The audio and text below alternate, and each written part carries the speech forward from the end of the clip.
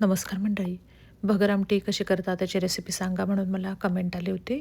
तुम्हाला रेसिपी सांगते. सगळ्यात आधी शेंगदाणे भाजून घेतले. पॅन गरम करून त्यामध्ये 1 वाटी भगर घातली.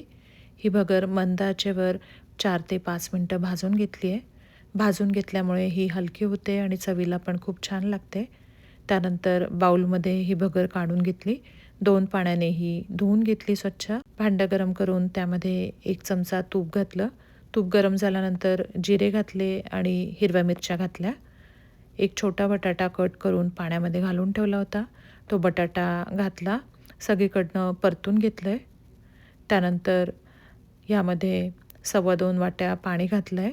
चवीनुसार मीठ पेरलं आणि भगर होती ती भगर यामध्ये घातलेली आहे. सगळीकडनं हलवून घेतलं आहे. झाकण ठेवून ही भगर शिजू दिलेली आहे. 5 ते 7 मिनटं चांगली ही भगर शिजू दिली. थोडीशी शिजत आल्यानंतर 1 चमचा यामध्ये दाण्याचं कूट पेरलं. सगळीकडनं परतून घेतली. पुन्हा एक 5 मिनटं ही शिजू दिली. एकीकडे आमटी करण्यासाठी म्हणून मिक्सरच्या छोट्या भांड्यामध्ये आधी ओलं नारळ, त्यानंतर शेंगदाणे, हिरव्या मिरच्या, जिरे आणि मीठ हे सगळं घेतलं आहे. थोडंसं याच्यामध्ये पाणी घातलं आणि मिक्सरमधनं बारीक याचं वाटण तयार करून घेतलं. कढई गरम केली, त्यामध्ये तूप घातलं.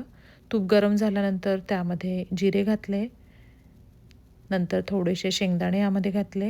हे शेंगदाणे परतून झाल्यानंतर यामध्ये हिरवी मिरची उभी चिरून घातली आणि हे सगळं परतून झाल्यानंतर जे वाटण तयार केलं होतं आमटीसाठी ते वाटण घातलं आणि जेवढं याला मावेल तेवढं सगळं पाणी यामध्ये घातलं आहे. खूप घट्ट पण आमटी आपल्याला करायची नाही आहे, म्हणून यामध्ये पाणी घातलं. सगळीकडनं आमटी हलवून घेतलेली आहे. यामध्ये आमसूल घालण्यासाठी आमसूल आधी स्वच्छ धुवून घेतले आणि यामध्ये आमसूलसुद्धा घातले. चवीनुसार गूळ घातलेला आहे. आमसूल गूळ घातल्यानंतर ही आमटी 5 मिनिटांसाठी चांगली उकळू दिलेली आहे. ही चांगली उकळली म्हणजे याचा थोडासा रंग बदलायला सुरुवात होते आणि रंग बदलायला सुरुवात झाली की गॅस बंद करून टाकला. यामध्ये लाल तिखट घातलेलं नाही आहे, कारण ऑलरेडी यामध्ये हिरव्या मिरच्या वाटणामध्ये घातल्या होत्या आणि वरूनसुद्धा फोडणीमध्ये सुद्धा हिरवी मिरची घातली होती. अशा प्रकारे रंग बदलल्यानंतर गॅस बंद करून टाकला. चवीला पण ही आमटी खूप छान झाली, आंबट गोड. उपासाची बटाट्याची भाजी करायची होती म्हणून 2 बटाटे आधी उकडून ठेवले होते. आधी पॅन गरम केला, त्यामध्ये तूप घातलं, थोडंसं जिरे घातले, हिरवी मिरची घातली आणि उकडलेले बटाटे घातले. थोडंसं तिखट यामध्ये घातलं आहे. सगळीकडनं ही भाजी हलवून घेतली. चवीनुसार मीठ पेरलं. यामध्ये अर्धा चमचा दाण्याचं कूट पेरलं.